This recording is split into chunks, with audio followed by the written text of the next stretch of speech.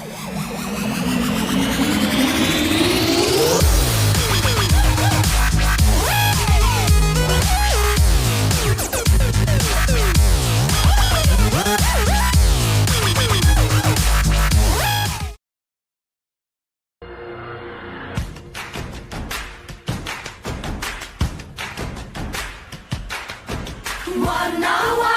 Malaysiaku cemerlang, warna-warna Malaysiaku gemilang, warna-warna Malaysiaku terbilang. Ayo tunjukkan sebuah perpaduan warna. Assalamualaikum dan salam sejahtera. Dalam video kali ini, bagi subjek sejarah tingkatan 5, anda akan bersama-sama dengan saya, Cikgu Nur Azmira binti Fazil Al-Bagri Gutom dari SMK Methodist SES Kampar. Untuk kali ini, kita akan bincangkan tema Malaysia dan masa depan, topik bab 7, membina kesejahteraan negara, subtopik 7.4, dasar kebudayaan kebangsaan.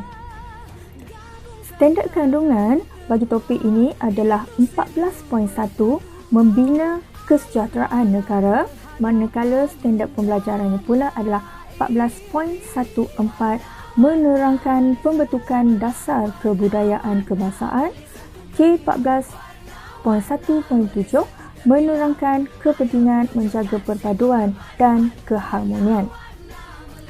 Amatlah berbesar hati saya sekiranya di akhir pembelajaran ini, murid akan dapat menerangkan sejarah pembentukan dasar kebudayaan kebangsaan, menjelaskan matlamat pembentukan dasar kebudayaan kebangsaan dan juga menjelaskan kepentingan menjaga perpaduan dan keharmonian. Pengenalan kepada dasar kebudayaan kebangsaan. Dasar kebudayaan kebangsaan telah dibentuk untuk mewujudkan perpaduan negara dan integrasi nasional melalui aspek kesenian dan kebudayaan. Melalui dasar ini telah dijadikan garis panduan masyarakat bagi membentuk dan mengekalkan identiti sebagai warga negara Malaysia. Seterusnya, sejarah pembentukan dasar kebudayaan kebangsaan.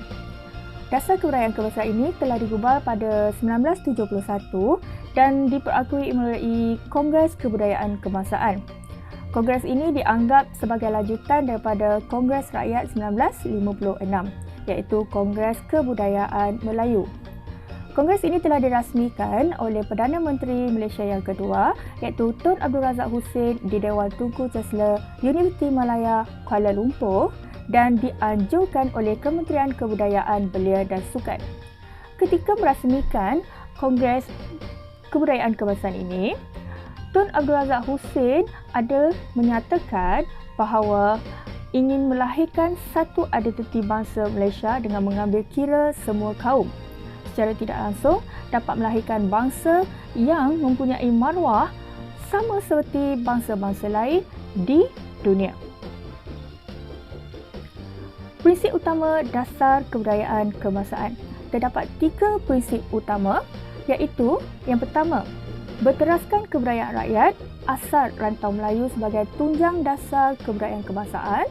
Kedua, unsur kebudayaan lain yang sesuai dan wajar diterima sebagai elemen penting.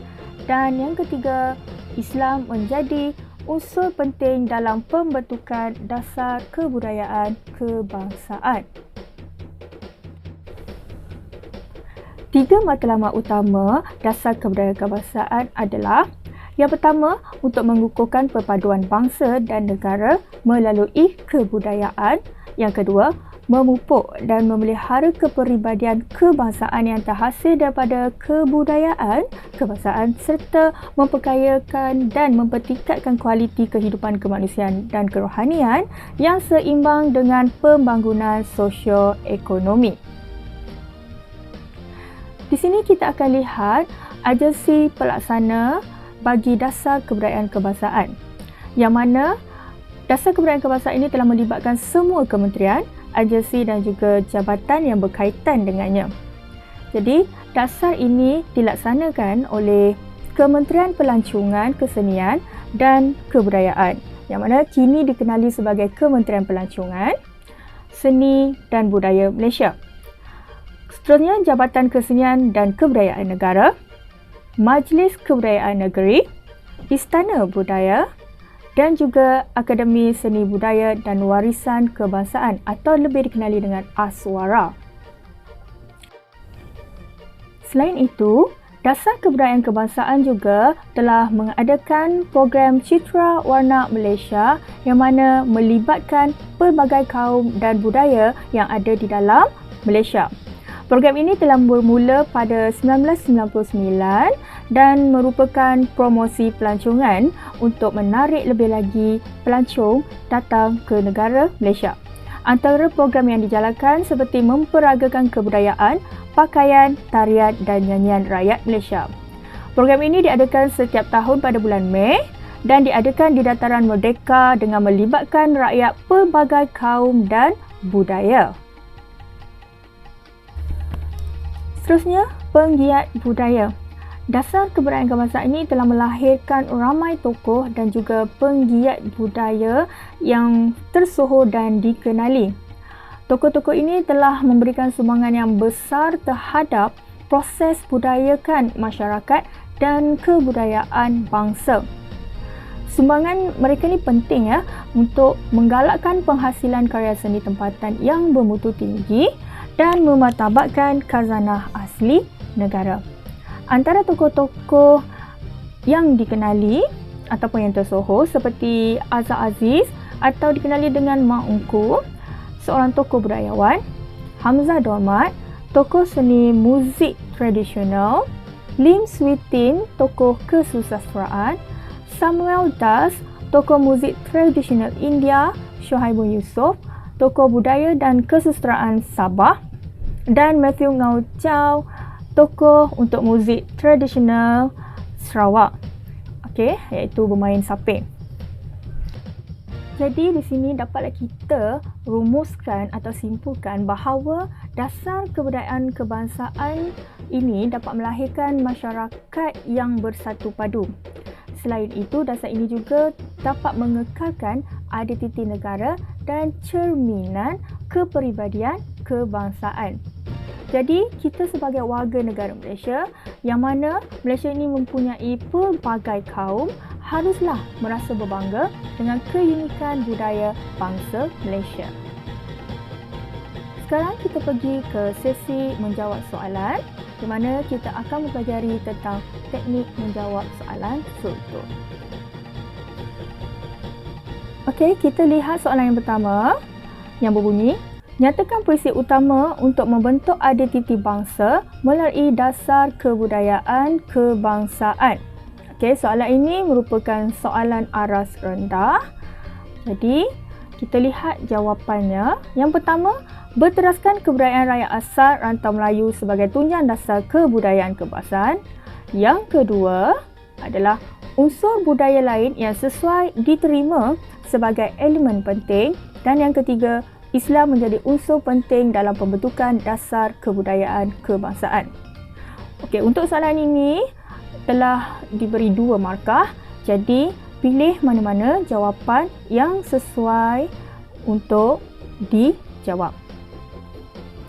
Okey, soalan kedua. Jelaskan usaha untuk menjayakan dasar kebudayaan kebangsaan. Soalan ini juga merupakan soalan aras rendah.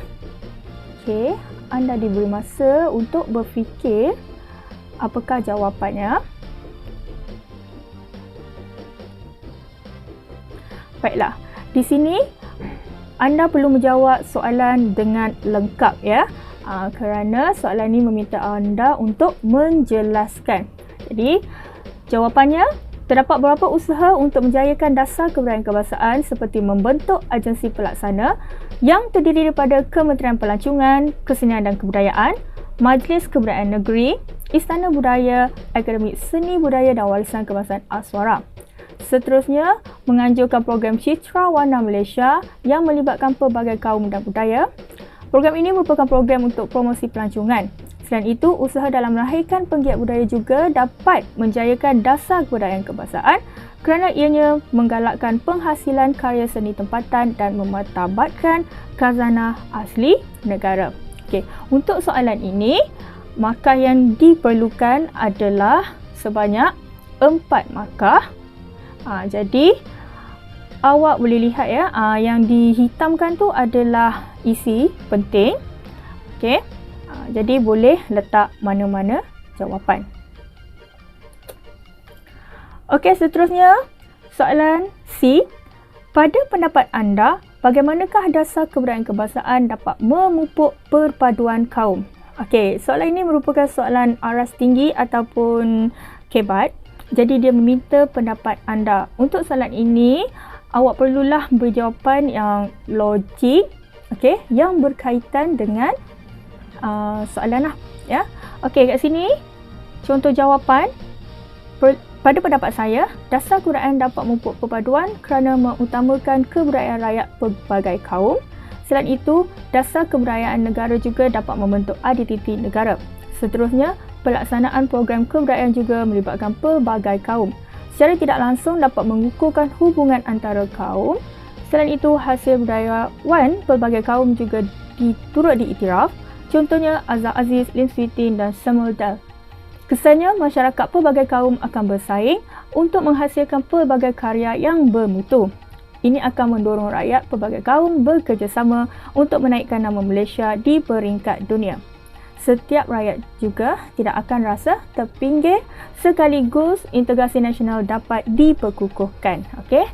Jadi jawapan untuk soalan tadi, okey, boleh awak pilih mana-mana yang munasabah akan diterima. Okey, markahnya adalah 4 markah dan yang dihitamkan itu adalah isi-isi untuk jawapan ini. Okey, itu sahaja pembelajaran kita pada kali ini. Sekian, terima kasih. Semoga kita berjumpa lagi.